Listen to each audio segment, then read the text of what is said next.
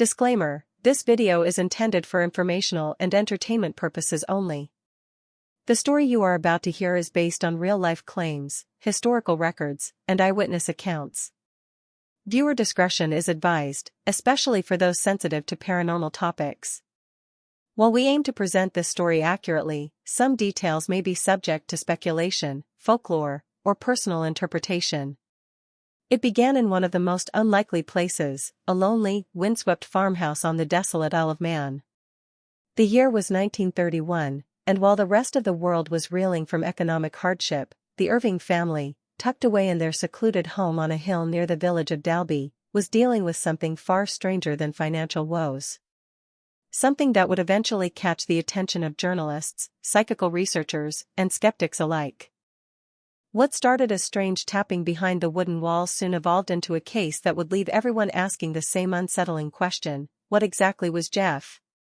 And more importantly, was he ever real? The house stood alone, surrounded by wind-battered fields and crooked stone walls. It was a modest dwelling, quiet and humble, perched on a patch of land where few dared venture after dark. Locals often whispered about the place, but not out of superstition, at least not at first. It wasn't until word spread of the strange creature that lived within the walls that the whispers turned into rumors, and the rumors into fear. Jim Irving, the head of the family, was a former traveling salesman who had moved to the Isle of Man with his wife Margaret and their young daughter Wari, hoping for a quieter, simpler life. But instead of peace, they found themselves at the center of what would become one of the strangest paranormal mysteries of all time. At first, they believed the sounds were nothing more than rats scuttling inside the walls. But then, the sounds changed. They became knocks, then scratching, then whispering. Soon, something was mimicking the barks of the family dog, repeating their conversations, and calling them by name. Something unseen. When they finally addressed it, it responded. It called itself Jeff, a small, mongoose-like creature with bright yellow eyes and a bushy tail. Jeff claimed he was born in New Delhi, India in 1852. He spoke in a high-pitched voice, often rude, sometimes kind, always bizarre. He said he was an extra clever mongoose and that he had powers no other animal, or human, could explain. He insisted he wasn't a ghost, but not quite flesh and blood either. He could appear and disappear at will. He would spy on neighbors, report their gossip back to the Irvings, and even traveled across the countryside, unseen but all-hearing, all-knowing. Jeff became something between a poltergeist and a pet. He could throw objects, scream obscenities, sing lullabies, and sometimes vanish for weeks before returning without warning. He developed a particular bond with Wari, the shy daughter who rarely spoke to outsiders but laughed and played with Jeff as if he were her closest companion. Some believed Wari had made it all up. Others thought it was the result of mental strain, or perhaps a hoax orchestrated by the family for attention. But there were many visitors who claimed they heard Jeff's voice with their own ears, researchers, journalists, and investigators who left the Irving house shaken and confused. As the story spread across Britain and beyond, the skeptics came. Harry Price, the famous paranormal researcher, sent observers to document the phenomena. They reported hearing voices, noises, and witnessing things that couldn't be explained. But still, no one could prove anything. No recordings were clear enough. No photographs ever captured Jeff. He refused to be seen by just anyone. He said he would show himself only when he chose to, and often, only to Wari. The public was divided. Some believed the Irvings were victims of an unexplainable force. Others accused them of fabrication. But for the family, the experience was all too real. They spoke of sleepless nights, frightened animals, objects moving on their own, and Jeff threatening to kill them if they ever tried to expose him. At one point, Jim claimed Jeff warned him of a stranger's visit minutes before they knocked on the door. Another time, he said Jeff saved his life by alerting him to a hidden snake in the barn. The creature's behavior was unpredictable, sometimes helpful, sometimes cruel. A trickster spirit, perhaps. Or something worse. And what of Wari? As she grew older, the attention became a burden.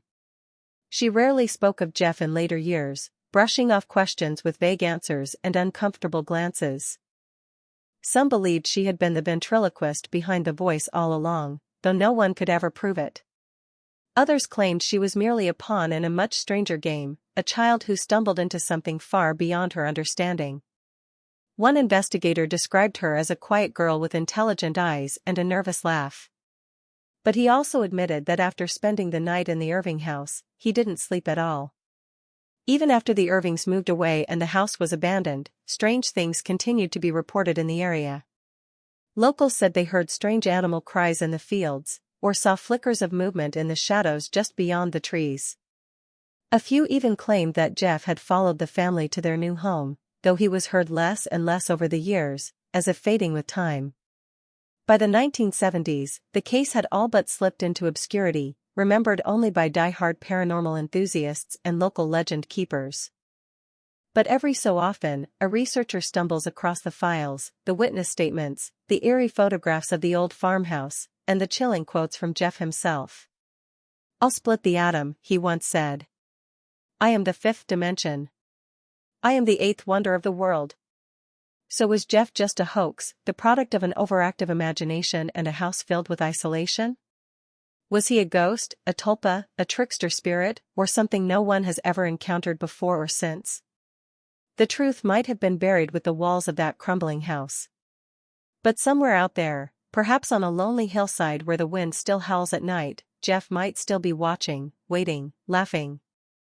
Or maybe, he never left. On quiet nights, long after the Irvings had blown out their lanterns and the farmhouse had sunk into silence, the scratching would begin again. Soft at first, almost like the shifting of dry leaves against the wall. Then it would grow louder, closer, until it sounded as if something were crawling just beneath the wooden panels, always pacing, always listening. And then, the voice would return. High-pitched, echoing unnaturally through the narrow hallways. It never called out randomly. It knew names. It knew secrets. Sometimes, it whispered to Voiri while she lay in bed, her eyes wide open in the dark, too afraid to move. "I see you," it would say. "I know what you've done." The house itself seemed to change once Jeff made himself known. The air grew heavier, colder, especially in the corners where the light didn't quite reach. Mirrors cracked for no reason. Doors opened and closed even when latched. The family's dog began barking at empty rooms, his hackles raised, refusing to go near the attic stairs. And always, there was that odd feeling of being watched, like a pair of invisible eyes were tracking every movement, just beyond reach. Jim tried to rationalize it at first. A former traveling man, he wasn't one to scare easily. He told himself it was the wind, or perhaps a trick of old timber settling in the night. But that explanation became harder to believe when objects started disappearing, only to reappear days later in impossible places, inside locked drawers, high shelves, or buried beneath piles of laundry. He once found his shaving brush wedged behind the grandfather clock, and the only way to reach it was to disassemble half the casing. He hadn't touched the clock in years. Margaret, normally a steady and practical woman, began to withdraw. She wouldn't enter certain parts of the house alone anymore. She kept her prayers tucked inside her apron pocket and muttered them under her breath when Jeff's voice got too loud. "He watches me from the mirror," she once told Jim, eyes glassy and unfocused. "He says things I don't want to hear." But it was Voiri who changed the most. Once cheerful, she became quiet and distracted, spending long hours outside in the fields with her back turned to the house. She'd sit beneath the wind-bent trees, whispering to no one, or tracing patterns in the dirt with her fingers.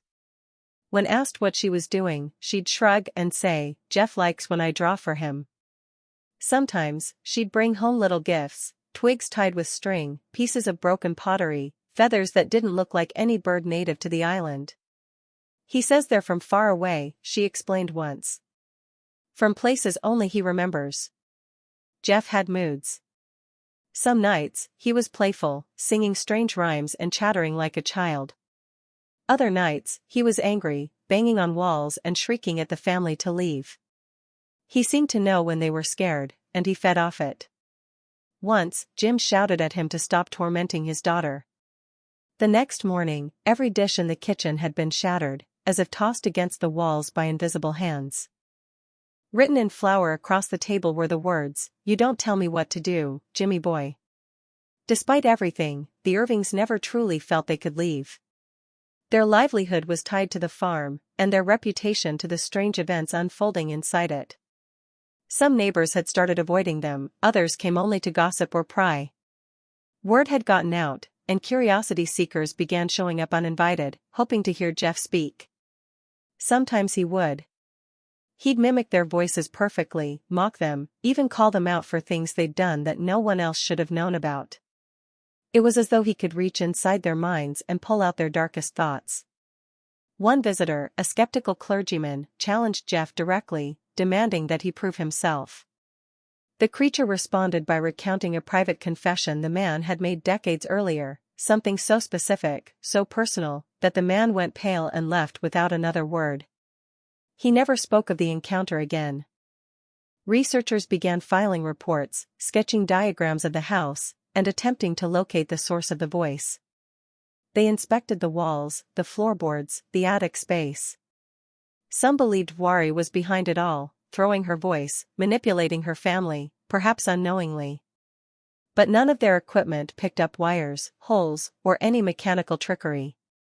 One investigator, clearly rattled after a night in the Irving home, simply wrote in his notes, "There is something here. I cannot explain it. But it watches. And it knows things it shouldn't." The Isle of Man, already steeped in Celtic folklore and tales of fairies, only added to the unease. Locals whispered that perhaps Jeff wasn't a ghost or a hoax, but a spirit born of the land itself, some ancient trickster forced into the shape of a creature to torment those who trespassed too deeply into its domain. The stone walls surrounding the farm had stood for centuries, older than most records. Some believed they marked a place that should have been left alone. And still, the strange events continued. Wari once came to breakfast with scratches down her arm, thin, deliberate lines that almost looked like writing, though no one could make sense of the symbols. She said she'd dreamt of a place made entirely of mirrors, where Jeff had shown her reflections of people who weren't alive anymore.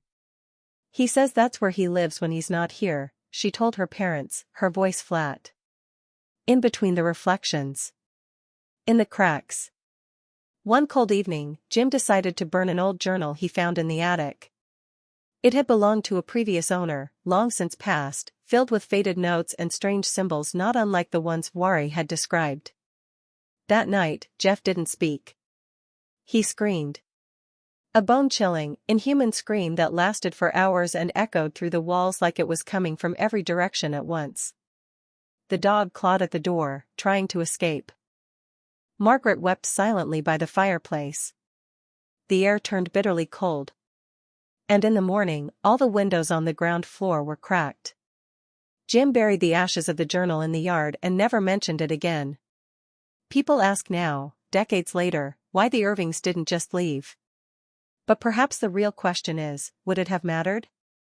Whatever Jeff was, he wasn't confined by walls or locked doors. He came and went as he pleased. And by the time the family considered escape, the lines between reality and whatever haunted their home had already begun to blur. Maybe Jeff wasn't just in the walls anymore. Maybe he was part of them. The farmhouse has long since fallen into ruin, reclaimed by moss and time. But on certain nights, when the wind whistles through the valley and the sky hangs heavy with mist, locals say you can still hear him, chattering to himself, muttering secrets, laughing in that thin, high voice. As if he never left. As if he's waiting for someone new to talk to. Wari stopped speaking altogether for a time. Not to her parents, not to her teachers, not even to the children who tried to befriend her in town. She simply stared, silent and blank-eyed, as if the words had been taken from her or buried too deep to reach. It began shortly after the night of the journal burning, when the house was filled with that horrible, banshee-like scream that never seemed to fade, even after it ended. Jim and Margaret assumed it was shock, that their daughter would come around with rest and time. But Wari only grew more distant. And Jeff, curiously, stopped talking to them too. He spoke only to her now, if he spoke at all. The silence wasn't comforting. It was worse, somehow. The house felt hollow, like it had been gutted of warmth and filled with something else, something watchful, quiet, waiting. Margaret began hearing footsteps in the early hours, slow and dragging, as though someone were pacing the hallway outside her bedroom. She would sit up in bed, heart pounding, and wait for them to stop. But they never did. The steps would circle her door for hours, never coming in, never going away. Jim set traps, thinking perhaps a wild animal had gotten inside. Nothing was ever caught. But the next morning, all the traps were found disarmed, lined up neatly outside the front door. Meanwhile, Voiri had begun waking with bruises on her arms, strange ones, small, circular, arranged in patterns. When asked, she just shrugged. "He doesn't like when I think too loud," she said once, under her breath. She wouldn't explain. She wouldn't even cry. Just kept staring out the window like she was watching something far away. Then came the day the phone rang. The Irvings didn't have a phone. None of the neighbors did either, not this far out. But one morning, clear as day, a loud ringing echoed through the house, an old-fashioned telephone ring, sharp and unnatural. Jim ran through the rooms trying to find the source. Nothing. No phone. No wires. Nothing had changed. But the ringing persisted until it suddenly stopped with a click. Then came the voice, "You shouldn't have burned it." That was all. Nothing more. Margaret collapsed that night. She was found crumpled in the kitchen, hands over her ears, muttering prayers in a frantic loop. She was taken to the village doctor, who said she needed rest and quiet. He prescribed sleep aids and advised Jim to keep her away from stress. But what could he do? The stress lived inside the walls. It breathed through the cracks in the floorboards. It knew their thoughts before they could speak them aloud. There was no place in that house untouched by its presence. The neighbors began talking more openly now. A few brave souls admitted they'd seen shadows moving near the Irving property, figures that didn't walk quite right, low to the ground, fast, sometimes darting into the hedges and vanishing. One man claimed he saw Voiri talking to someone near the tree line. A small, twitchy figure with glowing eyes. "Thought it was a fox until it looked at me," he said, shivering. "Foxes don't grin like that." Around this time, a new conflict began to rise, not just within the family, but among the people of the village. A rumor spread that Voiri was practicing something unnatural. Some believed she was conjuring spirits, dabbling in old Manx magic from the forgotten parts of the island's past. Whispers started in the pubs, then in the church pews. People said she was cursed. That the whole family was cursed. The local priest even visited uninvited, offering to perform a blessing over the home. Jim agreed, desperation overriding his pride. The priest didn't last long. During the blessing, the house seemed to grow colder with every prayer. The windows began to fog over from the inside. The moment holy water touched the threshold, something slammed against the walls from within, rattling every window in its frame. The priest dropped his Bible and fled. He would never return. That night, Voiri was found standing barefoot in the garden, despite the frost. Her feet were blue, her nightgown soaked from the damp grass.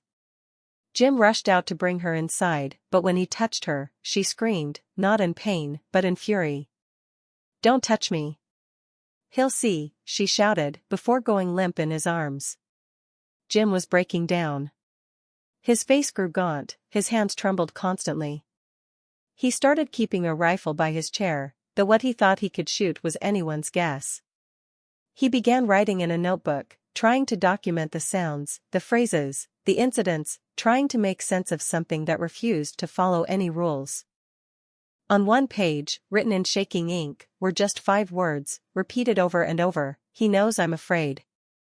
The conflict outside the house was growing, too. Villagers no longer offered kind words or helpful glances. Children were told to stay away from the Irving girl. Some adults muttered that perhaps the family should leave the island entirely. "Let the land reclaim what's hers," one man was overheard saying at the butcher shop. But the Irvings had nowhere to go. No money. No relatives who'd take them in. And even if they left, would he follow? Bwari began talking again, only in her sleep. Jim would sit at her bedside some nights, hoping to hear her voice. And he did. But the things she said weren't right. She spoke in languages he didn't understand. She laughed in voices that didn't belong to her. Once, she muttered a phrase so chilling he dropped the notebook he was using to record her. "The house isn't haunted. It's alive." More animals on the farm began behaving strangely. Chickens were found dead with their necks twisted, but no signs of blood. The dog stopped barking altogether and started hiding under the table, refusing food, trembling at invisible things. One morning, Jim found hoofprints on the roof of the barn. Cloven and deep, impossible for any real animal to make. But they were there. Through it all, Jeff said little. Sometimes they'd hear him muttering to himself from inside the walls, gibberish or laughter. Once, just once, he spoke directly to Jim again. "You shouldn't have tried to end it. Now it begins again." And still, no one knew what it was. The nights stretched longer. Sleep became a distant memory. Even the house itself seemed to groan under the weight of something unseen. The beams creaked in rhythms that mimicked breathing. Lights flickered despite no electricity being wired to that part of the home. Time inside felt elastic, hours dragging and compressing at random. It was as if the house was folding in on itself, trapping them all in a dream they couldn't wake from. The fear had seeped into everything. And yet, deep in the attic where no one had dared to go in weeks, something had begun scratching again. This time not pacing, but digging. Slow. Steady. Like claws against the bones of the house itself. Whatever was hiding there, it wasn't done with them yet. The walls were beginning to whisper. It wasn't just at night anymore. The sounds, the scratching, the murmurs, the clicks and shifting, were bleeding into daylight. Jim would be sitting at the kitchen table with his cold tea untouched, staring into nothing, and he'd hear it, a faint tapping in the baseboards, almost like fingers drumming just beneath the wood. Sometimes, it mimicked footsteps. Sometimes, it mimicked Margaret's voice, calling out from rooms she wasn't in. Once, as he stood shaving in the fogged mirror, a voice behind him whispered, "Turn around," but when he did, the room was empty. Only the shaving brush, again, had vanished. He found it under the bed, soaked in something dark and sticky. Margaret no longer spoke unless prompted. She would sit by the fireplace with the Bible open on her lap, but she never turned the pages. Her lips moved silently, and her eyes had a far-off look, like she was trying to focus on something no one else could see. Jim caught her once standing in the hallway outside Bwari's room in the middle of the night. She was tapping the wall gently with her fingertips. When he asked what she was doing, she said, "He's almost through." Bwari had started drawing again, but not animals or trees like she used to. Now, it was strange shapes, spirals, twisted staircases, eyes with too many pupils. The pages were always done in complete silence, her face expressionless. She kept the drawings hidden under her bed, but Jim found them one morning while changing her linens. The images were disturbing, yes, but it was what she'd written that made his stomach tighten. "He showed me what comes next." That night, the attic door opened by itself. They had nailed it shut weeks ago, after the digging noises began. No one had gone up there since. But the nails lay scattered on the landing floor now, neatly arranged in a circle. The door hung slightly ajar, the darkness beyond impenetrable. Jim stood staring at it for a long time, the lantern trembling in his hand. He felt the air leaking from that space above, cold and thick like it had been sealed for centuries. Something was breathing in that dark. Something waiting. He didn't go up. He simply re-nailed the door, though he knew it would open again. It always did. Outside, the weather had turned violent. Winds tore across the moors without warning, howling like voices through the trees. Branches broke in the night. Animals vanished from neighboring farms. The Irvings found a sheep one morning, dragged halfway across their field, body twisted and bloated. But there were no tracks. No blood trail. Just the sheep and a trail of black feathers that led nowhere. The house had grown colder, even when the fire burned high. Jim could see his breath in the mornings. The dog no longer moved from beneath the table, and some nights, Wari joined it, crawling under the furniture, whispering to things in the shadows. "They come when we sleep," she said once, staring up from beneath the tablecloth. "They press against the walls. They want to be let in." At first, Jim thought she was imagining things. Delirium. Stress. But then he saw the fingerprints. All across the windows, on the inside, tiny prints, like small human hands, smeared in patterns. Some too high for a child to reach. Others, upside down. He cleaned them. They came back the next day.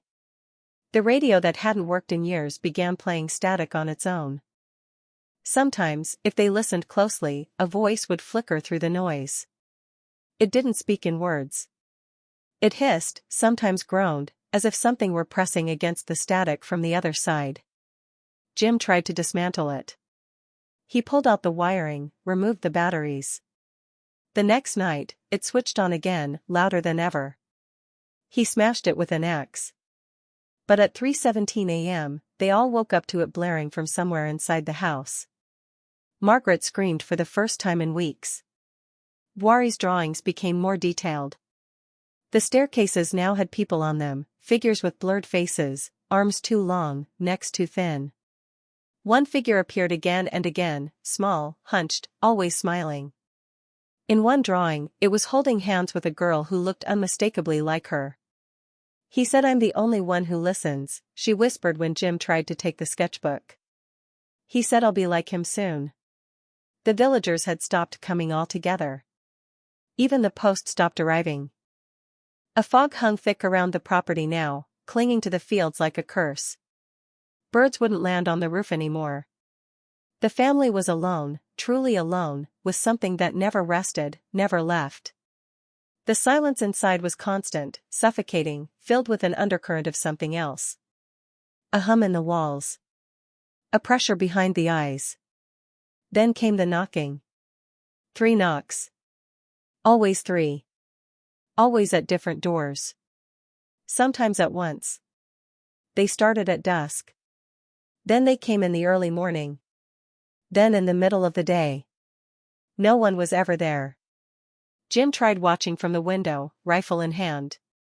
But when the knock came, it was always at the door behind him. The attic door opened again. This time, Jim didn't close it. He climbed the stairs with a lantern, teeth clenched, heart pounding like a drum in his ears. The wood creaked beneath his weight. The air grew colder with each step. At the top, the attic was dark, far darker than it should have been. The light didn't seem to touch the corners. Dust hung like fog.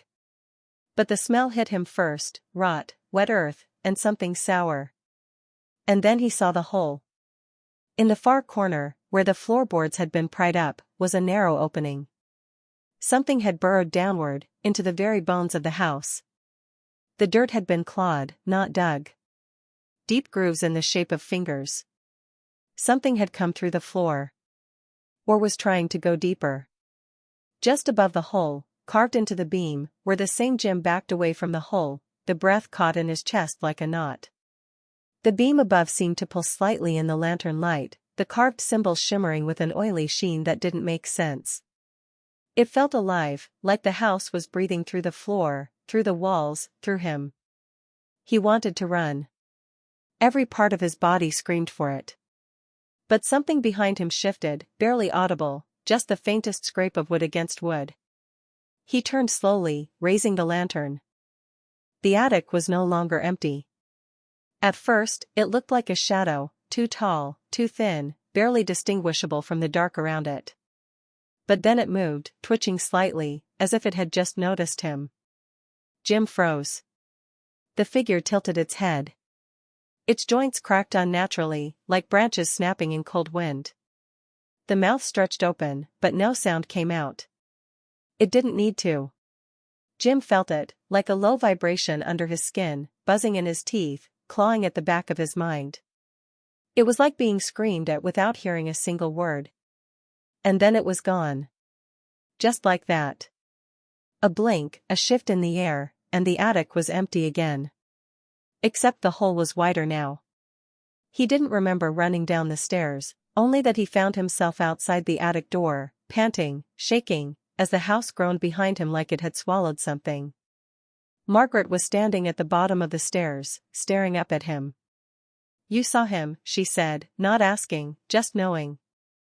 "He's been waiting for you." That night, Wari disappeared. Jim and Margaret searched the entire house, calling her name until their voices broke. No answer. They checked the fields, the barn, the woods beyond. Nothing.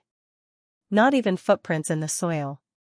Just as dawn threatened the horizon, Jim found her sketchbook, on the kitchen table, wide open. A fresh drawing filled the page, the house, twisted and leaning like it was melting into the ground. In the attic window, a small figure smiled. And beneath it, in Wari's careful handwriting, "I went where he lives now. You will too." For the first time, Jim realized something terrifying. Jeff, the voice, the presence, the trickster, had never been talking to them. He had been grooming her. Wari hadn't been a victim. Not entirely. She had been chosen. And somehow, she had gone willingly. It didn't make sense. Nothing made sense anymore. Jim was a man of logic, of structure. He had spent his life building things with his hands. He believed in things he could see and fix. But this thing was beyond fixing. There were no explanations, no tools, no prayers strong enough. Whatever Jeff was, wherever it came from, it didn't want to haunt them. It wanted to consume. The twist came 2 days later, when the post finally arrived, one solitary envelope, left in the muddy box by the gate. No stamp. No name. Just a symbol on the front, the same spiral that Wari had drawn again and again. Inside was a photograph. Black and white. Grainy. A girl, clearly Wari, standing in the middle of a forest. Her face was wrong. Not scared. Not blank. But joyful. She was smiling, eyes wide. Beside her, holding her hand, was the figure from the attic. Jeff. But here was the twist, he looked human. Older. Gaunt. Dressed like a traveler from another time. But his face, though hollow-eyed and sharp, was unmistakably real. Not a figment. Not a monster. A man. There was something scribbled on the back. "I was a voice once too." Jim sat in stunned silence. For the first time in months, the horror shifted. Not lessened, not eased. But evolved. Jeff wasn't just a spirit or some ancient curse tied to the island. He had been someone. A person, once. Which meant it could happen again. It was happening again. That night, Margaret disappeared too. No broken doors. No blood. No screams. Just the Bible left open on the fireplace, its pages torn to reveal more symbols. And on the floor, written in ash, "She believed." Jim was now completely alone. The house pulsed around him, doors opening and closing without sound. The windows no longer showed the outside world, just fog, thick and endless, like he was suspended in some other realm. Time bent. Days blended together. He would wake up in the kitchen, unsure how he got there. Or find the radio blaring static, the attic door open, muddy footprints on the ceiling. Then the voices returned, not just Jeff's, but others. Hundreds. Whispering from the floorboards, giggling behind the walls, chanting nonsense in the corners of his room. It was like the house had become a vessel, filled with the echo of every soul that had ever brushed against this thing. And Jim realized something even worse. He had heard those voices before. Back when it started, when Wari claimed Jeff had friends, he dismissed them as imagination. But they had names. She used to say them casually, during dinner, or before bed. Names that sounded strange. Fet, Niska, Rowan. He remembered now. The names matched the missing children from old local legends, children who vanished over the past century, all across the Isle of Man. Their bodies never found. Cases that were chalked up to accidents, lost records, or foul play. They hadn't gone missing. They had gone with him. Jeff hadn't chosen Voiri because she was special. He had always been choosing. Changing them into something else. Jim locked himself in the parlor, boarded the door, and sat with the rifle across his knees. He didn't sleep. He didn't eat. But still, he heard them, scratching, tapping, humming lullabies from the vents. And at exactly 3:17 a.m., the attic stairs creaked again. The story doesn't end here. Jim's still inside, staring at the photograph, hearing footsteps overhead. The house is swallowing him. Maybe it already has. Maybe you're hearing this long after it's too late to help. So now I have to ask you. What would you do in this situation? Would you run? Would you stay and fight something you can't understand? Do you think Jim has any chance of escaping? Or is it already far too late? Jim hadn't moved from the parlor for 3 days. Or maybe it had been longer. Time was no longer a straight line in this place. The ticking of the clock had become irregular, skipping seconds, slowing down, then speeding up in sudden fits. He barely slept. When he did, he dreamed of staircases that led nowhere, of Margaret and Voiri standing at the attic entrance, whispering for him to follow. His hands were raw from gripping the rifle. The nails he'd used to board the door had begun to warp, some bent into odd curves, some rusted through entirely overnight. No matter how many he hammered in, he always woke to find at least one missing. It was coming for him. The house made no effort to hide that anymore. The knocking was constant now, at the walls, the windows, the floor beneath his feet. And the voices had changed. They no longer whispered nonsense. They called him by name. Over and over again. Jim. Jim, open the door, Jim. He had tried to block it all out, plugging his ears, covering the windows, turning the lights off entirely. But the darkness only made it worse. In the shadows, they moved. He'd catch flashes of long fingers curling around corners, eyes blinking from impossible places, mouths grinning where mouths didn't belong. It was no longer just the attic. The entire house had become something else. A living, breathing thing. And then, one night, if it could still be called night, the knocking stopped. The voices went silent. The air inside the parlor changed. It grew heavy, thick with heat and rot, like something ancient had stirred deep below the floorboards. The boards beneath Jim's feet began to creak, as if bowing under a great invisible weight. The fire in the hearth roared without kindling. The symbols Voiri had drawn began to appear, burning themselves into the wallpaper, carved into the furniture, glowing red on the glass. The attic door opened with a loud, deliberate snap. Jim stood slowly, rifle clutched tight, body trembling not with fear, but with something sharper, resolve. He knew now there would be no help. No priest, no neighbor, no authorities. It had always led to this.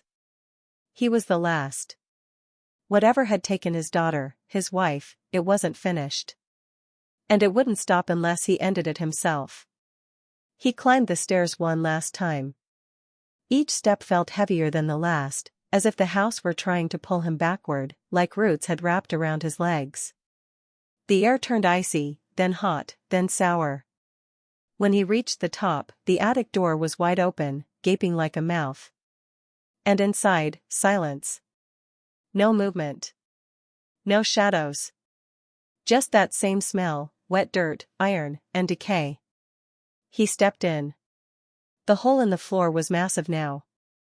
It had torn through the boards, revealing a pit so deep it seemed to stretch beyond the foundation. It wasn't natural. The dirt wasn't even dirt, it shimmered with a slick, black sheen like oil, and it moved, pulsing like flesh. Around it were symbols, now glowing faintly, and scattered trinkets, Voiri's doll, Margaret's scarf, the old radio, all laid out like offerings.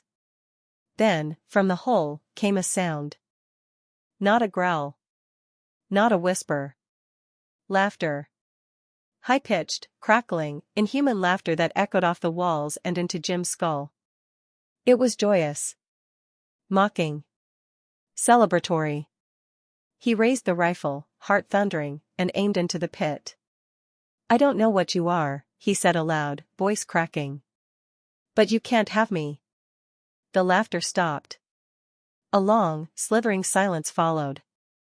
Then a voice, not Jeff's, but something deeper, older, layered with countless other voices, rose from the darkness.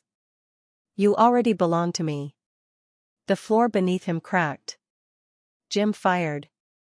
The rifle exploded with light and thunder, but the round didn't vanish into dirt, it vanished into nothing, as if space itself had warped. The pit responded with a horrible shriek, not of pain but of amusement. Then the ground gave way. Jim was falling. Not through dirt or stone, but through time, through memory, through something that felt like the space between thoughts. Flashes burst past him, images of other houses, other people, other victims. Always a voice. Always a choice. Always a door. And then, he landed. Not hard. Not painfully. He stood in the kitchen. His kitchen. Bright morning light streamed through the windows. The air smelled of toast and tea. Margaret stood at the stove, humming. Voiri sat at the table, drawing. Everything was normal. Except it wasn't. Jim knew, deep down, something was terribly wrong. Margaret didn't look up. Voiri didn't blink. The drawing on the table showed the same spiral again. He stepped forward, unsure, heart pounding, and touched Margaret's shoulder. Her skin was cold. Too cold. He spun around. The windows were no longer showing daylight. The outside had gone completely black. And in the reflection of the window glass, he saw himself, but it wasn't him. The figure staring back had his face, but not his eyes. Not his smile. It was grinning, wide and unnatural. Behind it stood Margaret and Voiri, pale and smiling too, their pupils dilated into pitch-black holes. Jim staggered back, breath caught in his throat. The reflection stepped forward, but Jim hadn't moved. And then he understood the final, horrific truth. He had never left the pit. This was the trick.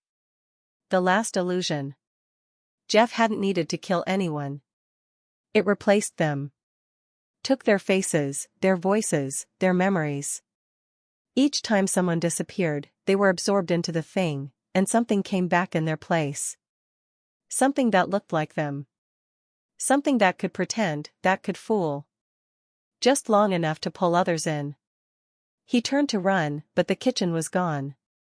The house warped around him, melting, the walls breathing, pulsing. He was in the pit again. But this time, there were others. Figures. Dozens of them. Faces twisted, stretched, grinning ear to ear. All familiar. All wrong. Margaret. Voiri. Neighbors. Voices. They encircled him slowly, whispering in unison. "You saw. You know. Now you stay."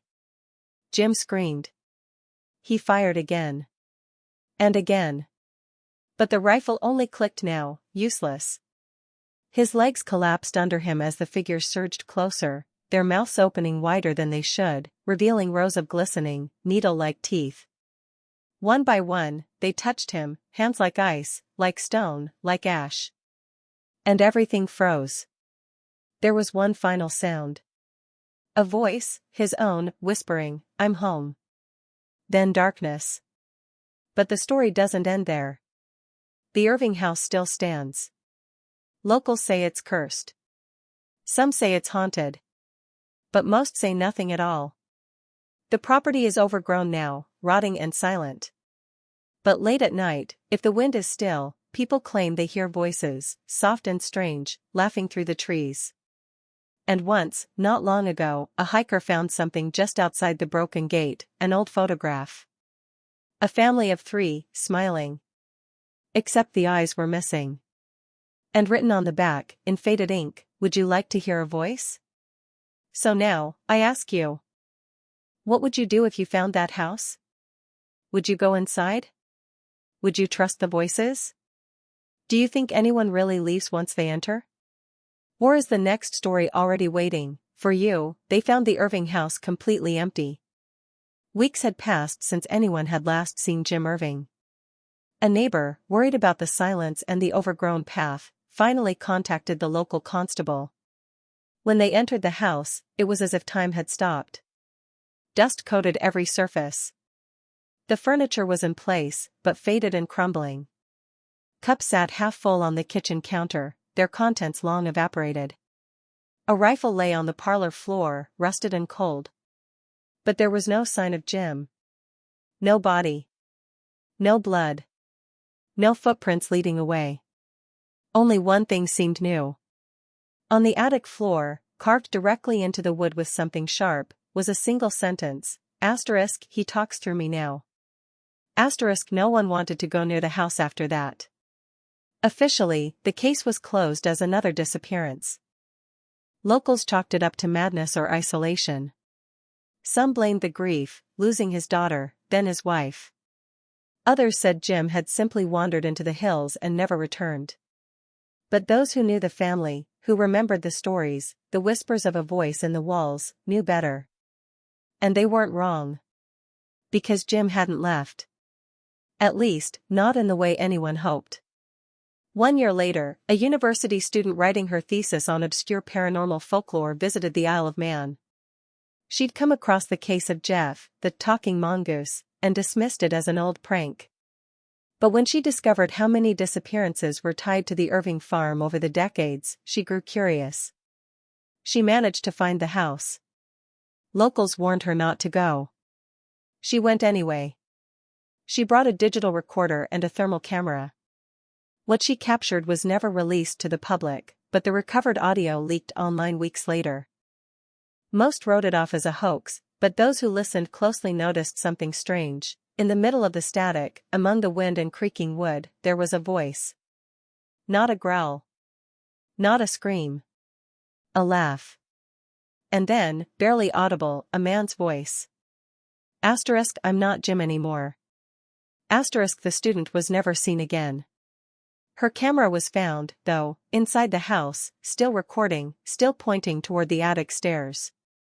And for a brief second, in the corner of the frame, someone, something, can be seen stepping backward into the darkness. Its eyes catch the light. They're human. But the grin is not. People love to think there's always a resolution. That stories like these end with clarity, answers, explanations, the good triumphing over the evil. But sometimes, the horror doesn't end. It lingers. What happened to Jim was not an isolated case.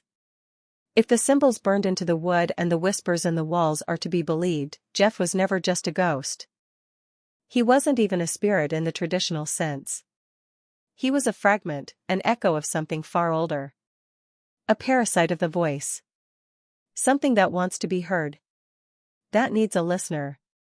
It doesn't possess people in the way fiction loves to describe. It invites them. It lures them in with curiosity, then speaks through them until they are no longer themselves. Until all that's left is a voice, smiling in the dark. The Irvings were the most famous case. But not the first. And certainly not the last. Every few years, someone new claims to hear something. Not just in that house, but elsewhere. In old homes, abandoned mines, forgotten places where no one should be. It starts the same way, a tapping in the walls, a whisper beneath the floorboards, a laugh behind a closed door. And always, a question. Do you want to hear something strange? Most people ignore it.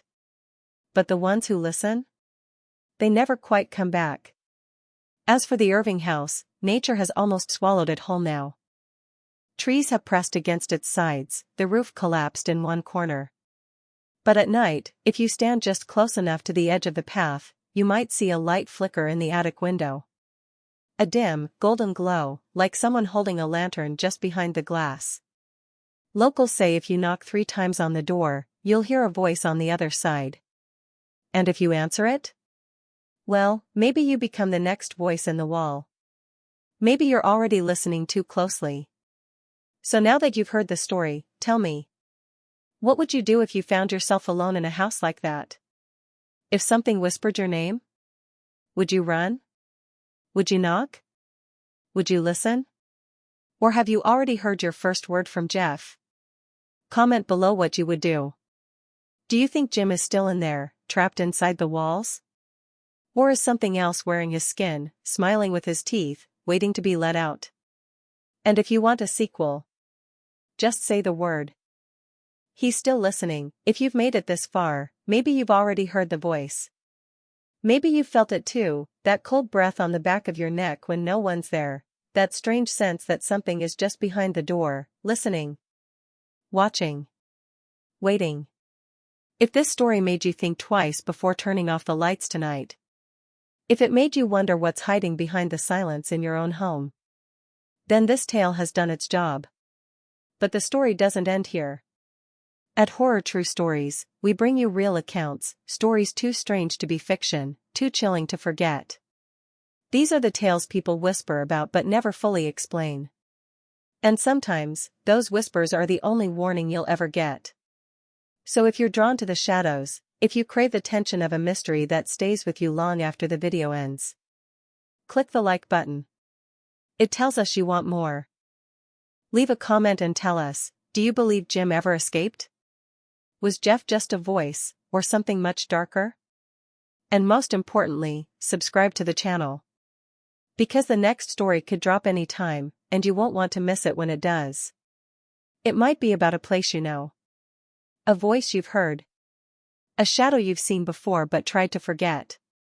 Subscribers aren't just viewers, they're part of this journey into the unknown. They walk the haunted halls with us. They listen to the creaking floors. They hear the whispers, first. So if you're already subscribed, maybe you've noticed the signs. The flickering lights. The knock at the window. The dream that doesn't feel like a dream. You're part of the story now. And if you haven't subscribed yet, well, maybe it's time. Time to unlock the next chapter. Time to see what's waiting in the dark. Because sometimes, late at night, the next horror doesn't knock. It calls your name. Tap the bell, turn on all notifications. That way, when the next nightmare arrives, you'll be ready. And before you go, answer this in the comments. What would you do if you heard a voice coming from your attic? Do you think Jim survived, or is something else wearing his skin? Your thoughts fuel the next story. Your fear feeds the darkness. So don't forget to like, subscribe, and comment below. And remember, some stories are better left unheard. But you've already listened. Let's see what listens back.